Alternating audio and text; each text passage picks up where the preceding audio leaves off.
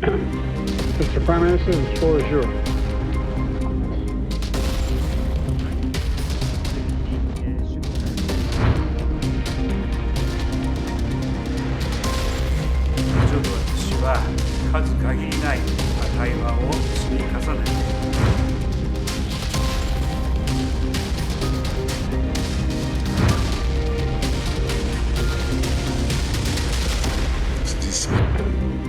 In a historic moment, the leaders of the United States, Japan, and the Philippines convened for the first ever trilateral summit, underscoring their unwavering commitment to each other amidst the backdrop of their respective territorial disputes with China. Against the picturesque backdrop of the White House, President Joe Biden reaffirmed America's steadfast support for Japan and the Philippines, emphasizing the ironclad nature of their defense commitments. Today, we commit to writing that story in the future together, to building the Indo-Pacific that is free, open, prosperous, and secure for all. And I want to be clear, the United States defense commitments to Japan and to the Philippines are ironclad. They're ironclad.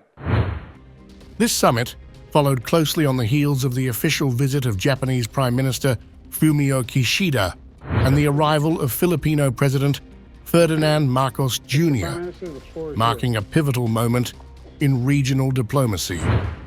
Japan and the Philippines find themselves entangled in separate territorial disputes with China-Japan over the Senkaku Islands in the East China Sea, and the Philippines over areas in the South China Sea, notably Second Thomas Shoal near Palawan.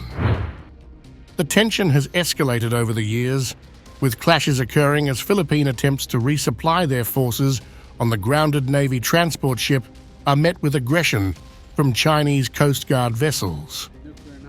President Biden's declaration that any attack on Philippine assets in the South China Sea would trigger the Mutual Defense Treaty between the U.S. and the Philippines sent a clear message of solidarity and deterrence to China. This treaty, established in 1951, remains the bedrock of security cooperation in the Asia-Pacific region. In his address, President Marcos emphasized the shared values of democracy, good governance, and the rule of law that bind the three nations together. This meeting can be just a beginning. Facing the complex challenges of our time requires concerted efforts on everyone's part, a dedication to a common purpose, and an unwavering commitment to the rules-based international order. This sentiment resonates amid growing concerns over China's assertive actions, nuclear provocations from North Korea, and evolving alliances with Russia, which have prompted regional allies to align closer with the United States. Japan, under the leadership of Prime Minister Kishida, has emerged as a key partner in America's Indo-Pacific strategy. Kishida's commitment to bolstering defense capabilities, including the acquisition of American Tomahawk missiles, demonstrates a shared determination to uphold regional stability.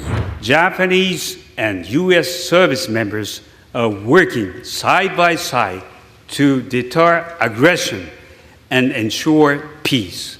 Japan has transformed its national security strategy.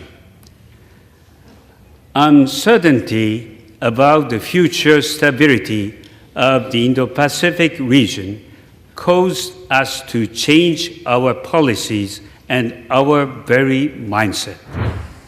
The Trilateral Summit coincided with a joint military exercise led by the USS Theodore Roosevelt Carrier Strike Group, involving participation from Japan and South Korea. This exercise, conducted in the East China Sea, aimed to strengthen solidarity among allies in the face of China's escalating military maneuvers. As FA-18E Super Hornet jets took flight and naval vessels patrolled the waters, the joint display of military prowess underscored the collective resolve to counter Chinese aggression. The participation of Japan and South Korea in the drill further signifies the deepening cooperation among regional allies in response to shared security challenges. In the shifting geopolitics of the Indo-Pacific, the trilateral summit and joint military exercises serve as tangible expressions of unity and resolve, reinforcing the enduring bonds between the United States, Japan, and the Philippines in safeguarding peace and stability in the region.